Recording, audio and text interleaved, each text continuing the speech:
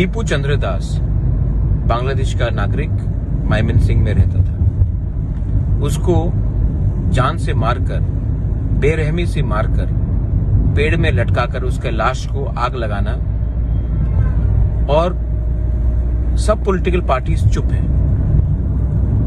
हमारे तिपरा मोथा को गुंडा बोलते हैं, हमें धमकाते हैं, हमें नहीं छोड़ेंगे बोलते हैं, लेकिन जो असली दुश्मन बांग्लादेश में है, जिसने दीपू चंद्र दास को मारा, जो लोग इंडियन एम्बेसी के सामने हमारे लोगों को गाली देते हैं, बोलते हैं कि नॉर्थ ईस्ट को तोड़ देंगे, उसके खिलाफ तो आपके पास हिम्मत नहीं आवाज उठाने के लिए। लेकिन जब हम लोग बात करते हैं तो हम लोग गुंडा है। हम लोग Tipra Motha warriors we love our north east, we love our land, and we know how to teach and to speak out without any fear against Bangladesh.